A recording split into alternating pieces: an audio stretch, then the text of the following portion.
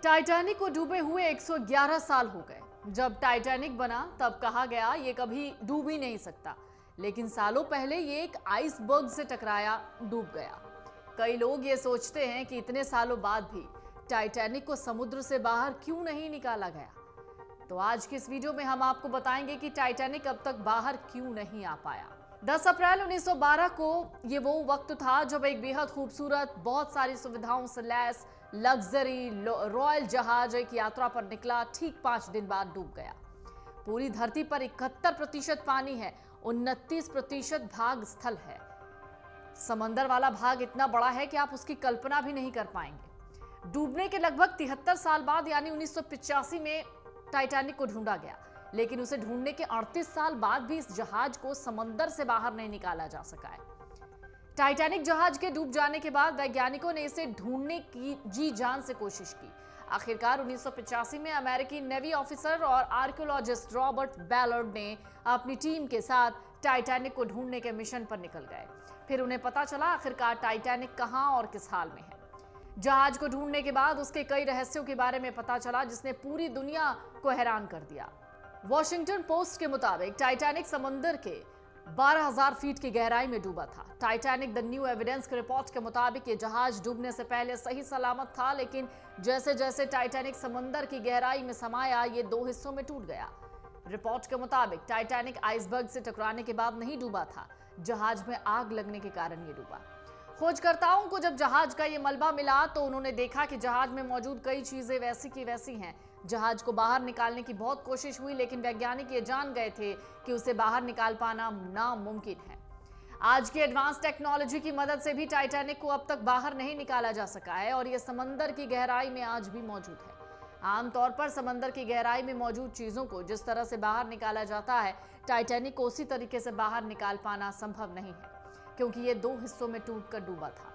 लेकिन Titanic submarine और powerful magnetic technology की मदद से शायद बाहर निकालने की कोशिश हो, पर इन कामों में बहुत सी मुश्किलों का सामना करना पड़ता है, जिसमें से सबसे बड़ा कारण है टाइटैनिक का वजन। इसका वजन है 46,000 टन, जो कि बहुत ज्यादा है। दूसरा कारण है पानी का दबाव, जो जहाज के वजन को कई गुना बढ़ा देता है। टाइटैनिक जिस जगह डूबी उसकी गहराई बहुत ज्यादा है, वहां चारों तरफ अंधेरा है। समुद्र की गहराई में तापमान 1 डिग्री सेल्सियस है। इन विपरीत परिस्थितियों का सामना करते हुए किसी इंसान का इतनी गहराई में जाना फिर वापस लौटना बहुत जोखिम भरा हो सकता है। ऐसे में यहां से मलबे को निकाल पाना तो बहुत दूर की बात है। समुद्र की गहराई में 4 किलोमीटर नीचे पड़े मलबे को विपरीत परिस्थितियों का सामना करते हुए बाहर निकालना लगभग नामुमकिन है। वैज्ञानिक भी इतनी पावरफुल सबमरीन नहीं बना पाए जो इतने विशालकाय जहाज को आसानी से ऊपर ला पाए।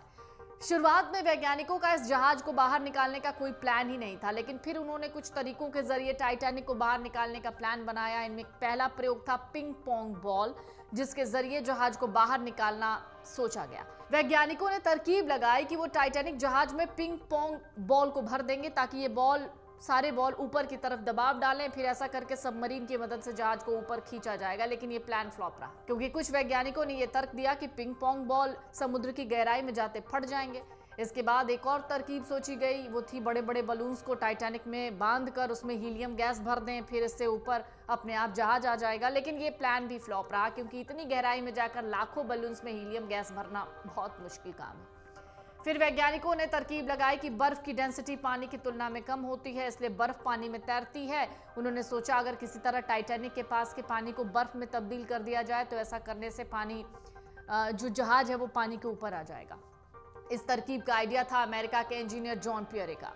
उन्होंने अपनी रिसर्च में कहा इसके लिए बहुत ज्यादा लिक्विड नाइट्रोजन की जरूरत पड़ेगी। आइडिया बेशक कमाल का है, लेकिन ब्रिटिश गैस कंपनी के मुताबिक इसे अंजाम देने के लिए करीब आधे मिलियन टन लिक्विड नाइट्रोजन की जरूरत होगी। तब सबके मन में ख्याल आया इतनी मात्रा में नाइट्रोजन समंदर की गहराई तक ले जाना नामुमकिन है। ऐसा करके ये आइडिया भी फ्लॉप। इसके बाद एक शिप बिल्डिंग कंपनी ने आइडिया दिया कि सबसे पहले टाइटैनिक पर जमी गंदगी जंग को साफ करना चाहिए। इसके लिए एक पावरफुल वैक्यूम क्लीनर की जरूरत होगी। फिर टाइटैनिक को एक मोटी सी लोहे की जंजीर से बांधा जाएगा, सबमरीन से जोड़ना पड़ेगा, इसे ऊपर लाया जा सके। लेकिन इस प्रोजेक्ट को अंजाम देने के लिए 20 मिलियन किलोवाट बिजली की आवश्यकता पड़ेगी। लेकिन जिन वायर्स के जरिए बिजली यहां तक पहुंचाई जानी होगी उनके फटने की संभावना है, इसलिए ये आइडिया भी फ्लॉप हो गया। कई कंपनियों ने इसे बाहर लाने का प्लान किया, आगे भी ये प्लान बनाया जाएगा, लेकिन इसे बाहर लाने में इतना खर्च है जिसकी भरपाई हो ही नहीं सकती। भरपाई अगर होती भी है तो इसके लिए 100 साल से ज्यादा का समय लग सकता है। भले इस जहाज से लोगों के इमोशंस जुड़े हों, लेकिन कोई भी कंपनी इतना पैसा टाइटैनिक को बाहर निकालने के लिए क्यों लगाएगी?